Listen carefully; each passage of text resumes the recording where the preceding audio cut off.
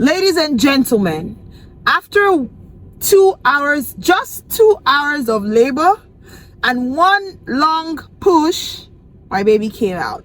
I popped out a human being. Please give me a round of applause.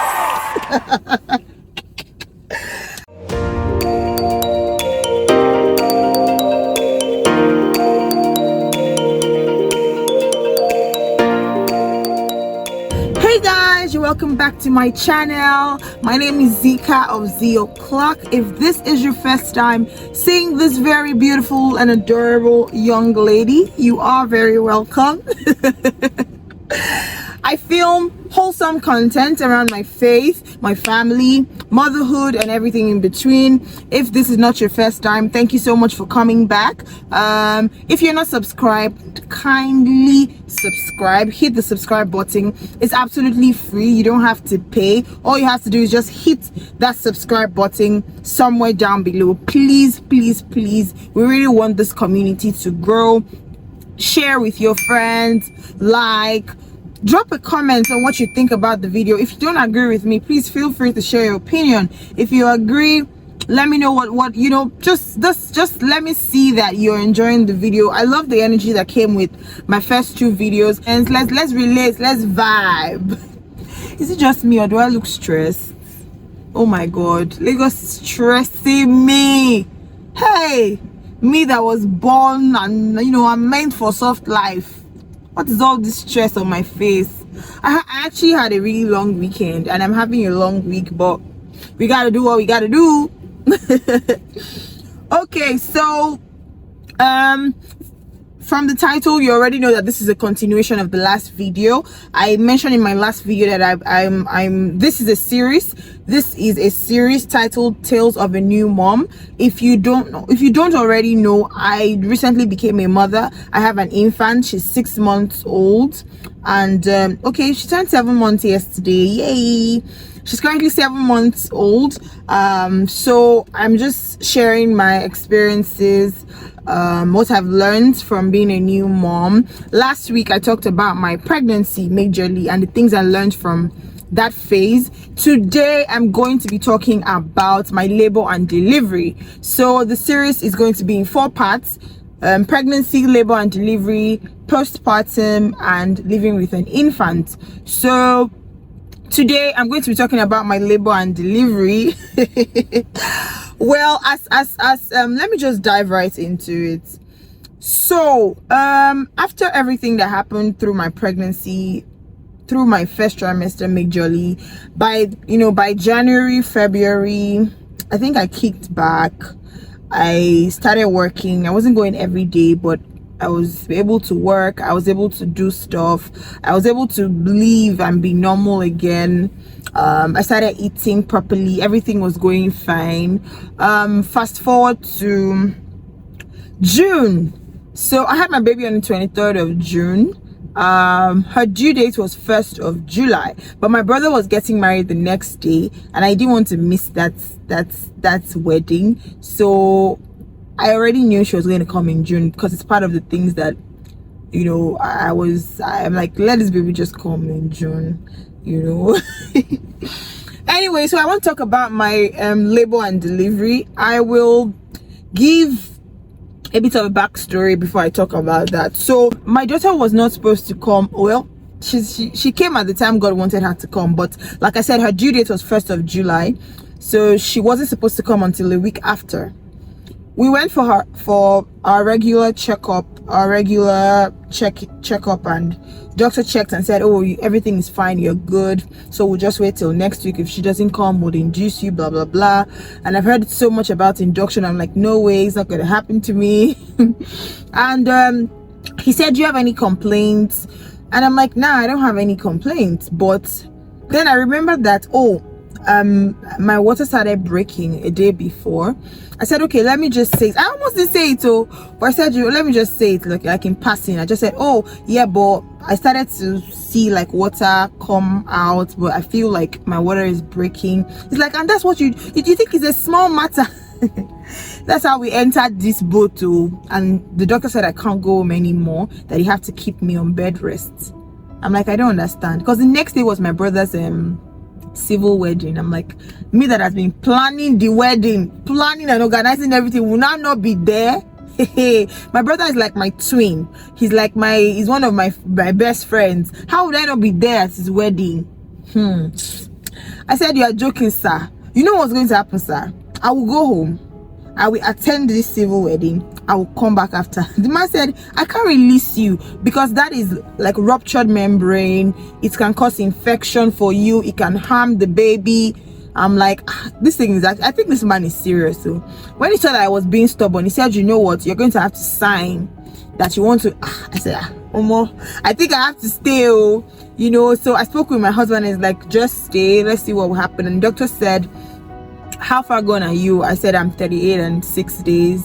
I'm almost 39 weeks. And he said, if you don't fall into labor by tonight, 4 a.m. tomorrow morning, we'll have to induce you. I'm like, are you guys joking? All these things cannot be happening because I didn't plan for this.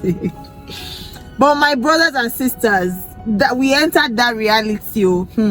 That's how my husband had to go back home, quickly bring, and thank God the weekend before I had just packed my hospital bag. So he had to go back home, bring my hospital bag. He had to quickly send a message to his work that he won't be able to come. Or I don't even know. I'm just like, what? So I was in the hospital. I called my mom. I told her. My husband told his parents. I told my dad. I didn't tell any other person. So we were in the hospital, and then the prayer became, God, let this labor come. But there was no single sign of labor. And I'm like, God, I don't want to be induced. I've heard it's so painful. It's like 10 times more painful than labor. And you know, so much was running in my head, in my mind. Like, I don't want to have long labor, I don't want to be tired, I don't want to be stressed by the time they say I should push. So much was just running in my head. I'm like, God, you know what? So I was there. I was just trying to enjoy myself and not put so much pressure on my mind. And by the next morning, on the 23rd of June, 4:00 a.m. on the dot, I couldn't even sleep well. The doctor came to me and said, we're going to have to induce you. Actually, the actual doctor, like the doctor of the hospital, how would I say, the owner of the hospital had seen me a day before, and he said they would induce you at 4 a.m. so that before I get to work at like noon, by the time I'm getting to work at like noon, your labor would have progressed, so I can deliver you. I want to deliver your baby myself, because he's someone who has known me from when I was in high school, so he's like a grandfather figure to my baby. So I'm like, in my mind, I'm like, before you come at that 12, like, who will be in labor from 4 a.m. to 12? Not me. So 4 a.m. came, the doctor that was on duty induced me, and 5 a.m., 6 a.m., nothing was happening. I called my husband and I said, I'm not feeling anything. No, I want this labor to start so that we can get this thing over with. And the woman next to me said, don't worry, when the labor starts, nobody will tell you. Just you better reserve your energy. So I remember the one thing my mom used to say, walk around the hospital, it will help you, something. I'll start walking around the hospital. I'll go up, I'll come down. I got tired at some point, I went to lay down. At around 6:45, this was like to 7, I felt the first contraction. This was like 2.5 hours after. I felt the first contraction. I'm like, it's not so bad. I brought out my phone, and I had an app, contraction timer. So I started timing my contraction, you know, so that when it is getting so close, maybe 1 minute apart or 2 minutes apart, I can, you know, alert the nurses or the doctors that, oh, it's time. So I would time it. When I feel the pain, I was really being bougie about the whole thing. So after that one, at like 7 a.m. I felt another one, and then at like 7:05 I felt another one, and then at like 7:08, so it was getting a bit more intense and it was getting closer. At like 7:30, brethren, this thing really kicked in. Like, it kicked in. The real labor started, the actual pain started. And I just told God, I said, God, I don't want to feel this pain for too long before this baby comes out. I want this baby to come out before Joshua is joined. Sorry, Joshua is my brother. Before Joshua is joined with his wife. You know, my husband was right beside me. Shout out to my husband, baby. Thank you so much for being beside me.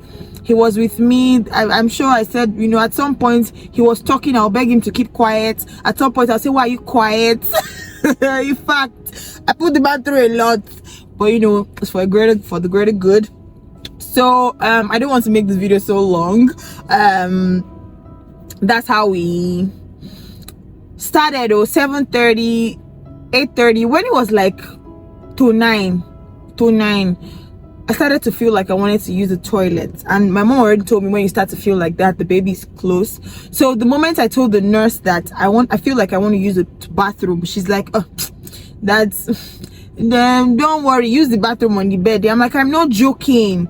She said, I don't know what they call it in the medical ward, is it premate or something, but it means like a first-time mom. She's like, premate's near like, I'm a first-time mom, my labor can't progress that fast, so I'm probably like 2 to 3 cm dilated, or I should just stay, I shouldn't worry. I told my husband, I said, this baby is very close, because I could feel the head pressing on my pelvis so hard. I told him, I said, this baby is so close, I feel like she's about to come out. I'm like, that urge is there to push. You must say, don't push, or you will rupture your cervix. You will rupture your cervix. Don't push, oh. Don't push. If you push, you will rupture your cervix. So I'm like, the baby wants to come out, I need to push. She's like, don't push, oh. So by the time one other nurse, shout out to Hajia delivered my baby. By the time, she's a matron actually, by the time she came in, I said that this one is older and she looks like she will answer me. I just told her, I said, please ma, I feel like this baby is about to come out. So she asked the other nurse that when did they induce me. She said like 4, and she checked time, she said this is like just 9.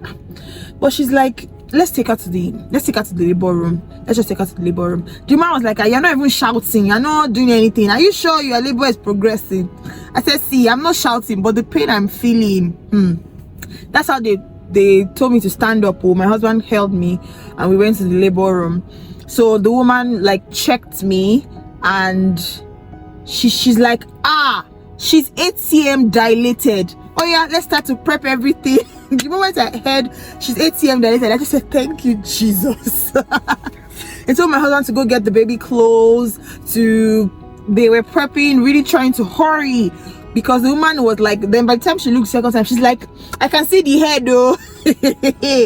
So I'm like, yo, the show is about to go down. And you know, that's how we entered this thing, you know. And she's like, listen to me, don't push until I tell you to push only when you're contracting. Try not to shout. Gave me some instructions that I didn't even think I heard, but most of all, she said, try your best not to shout, just breathing and push. And if you can give me a long hard push, the baby would actually come out, because I can see her head. So I'm like, let's do this, man, I'm born for this. So that's how she said, push. I just held my husband on one side, held the bed on the other side, and I gave one long hard push.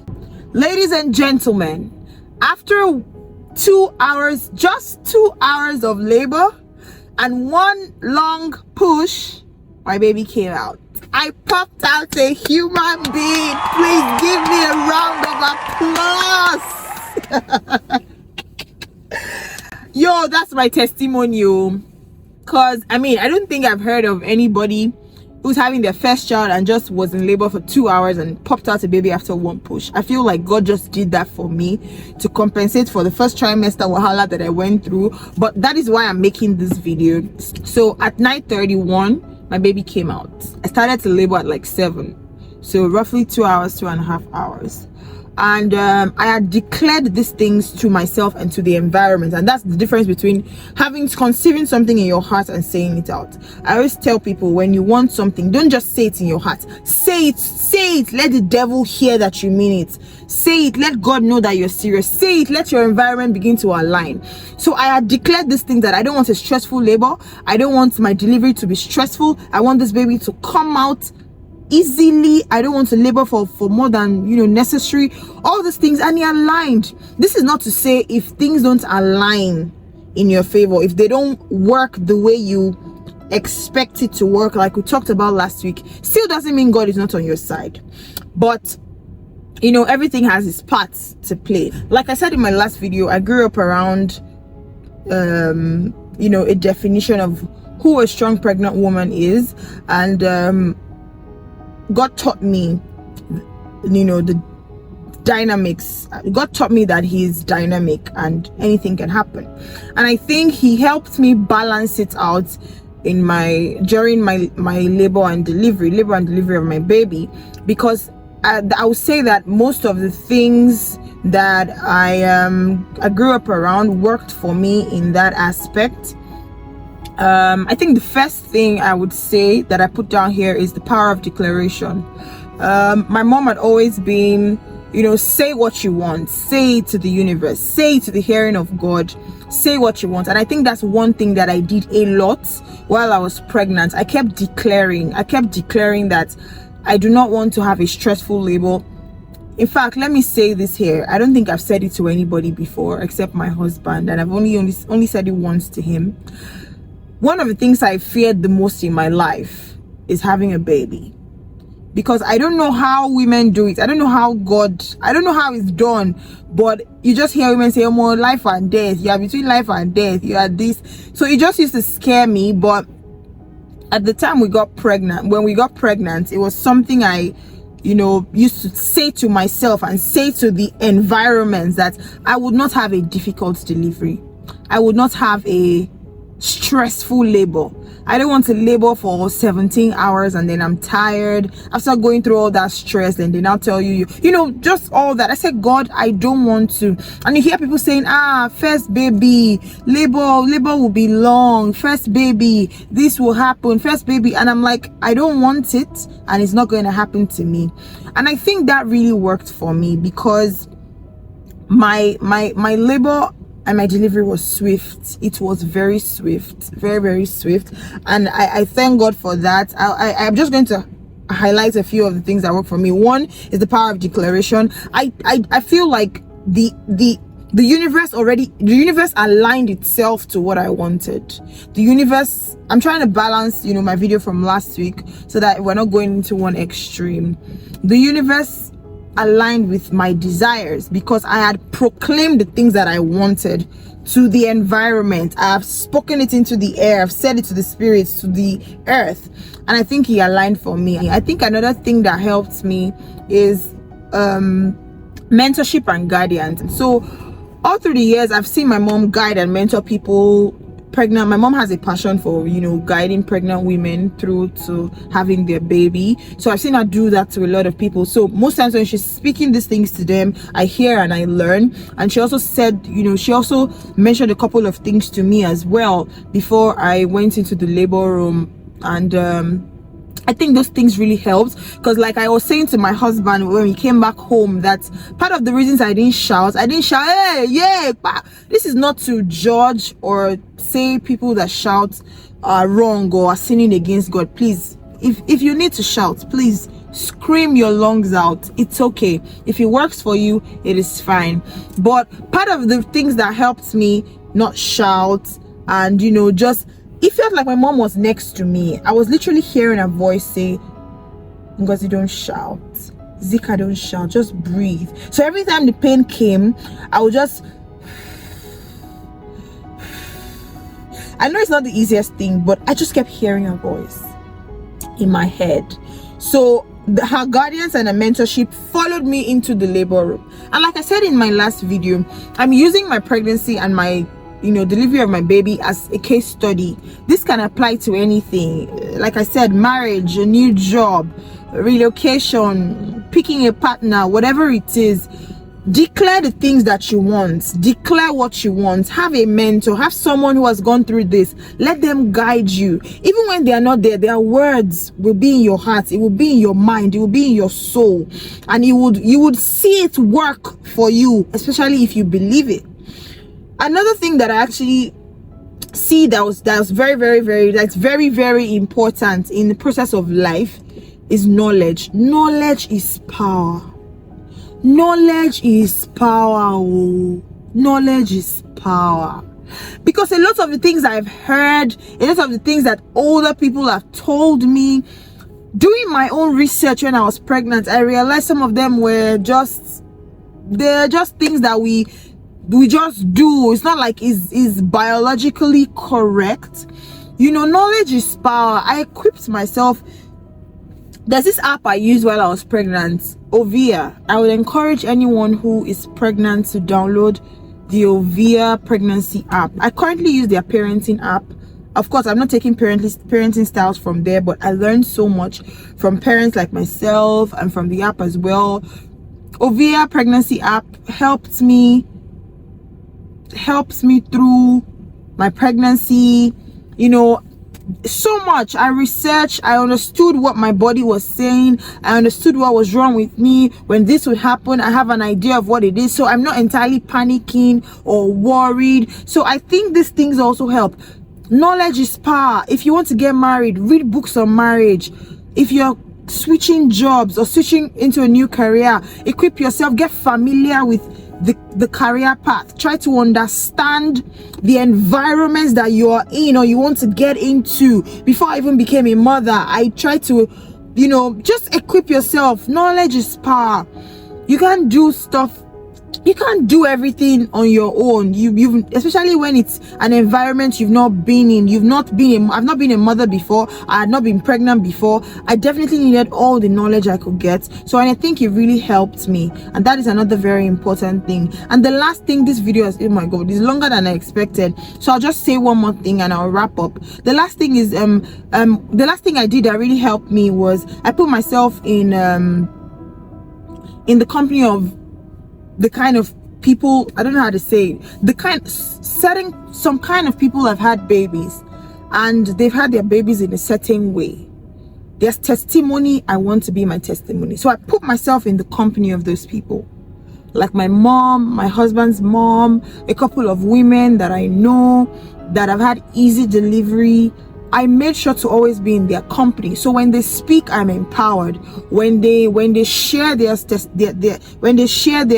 experiences with me, I'm empowered. And I tell myself I can do this. I can also be this. So I put myself in the company of the people that I wanted to be like, and it really, really did help me. So that grace just rubs off on you. The same thing in marriage. You know, I always like to be around women that I love how their marriage is. I want to know what they've done to be able to build their home to this level. So these things rub off on you. It's not every time you are taught verbally what to do. Sometimes you observe, you watch. Just being around these people, you learn, you get energized. You know, the energy from them gets to you and you're empowered to be able to do the things that they were able to do. So it wasn't entirely new that I was able to, I had my baby in that way, because the trail of women around me actually have had their babies that way. Like I said, if these things don't align or don't happen for you in the same way that it's happening for me, or in the way that you envisioned it in your mind, doesn't mean God is not with you, or does not mean that you are wrong or you are sinning. Everybody's life is different. Everybody's story is different. But one thing is constant: God is faithful. So I hope you've learned something from today's video, from my labor and delivery story. And I hope that the things that I've learned and the things that work for me would also work for you, not only in having a baby, but in every other aspect of your life. Don't forget to subscribe, don't forget to share. See you in my next video. Bye.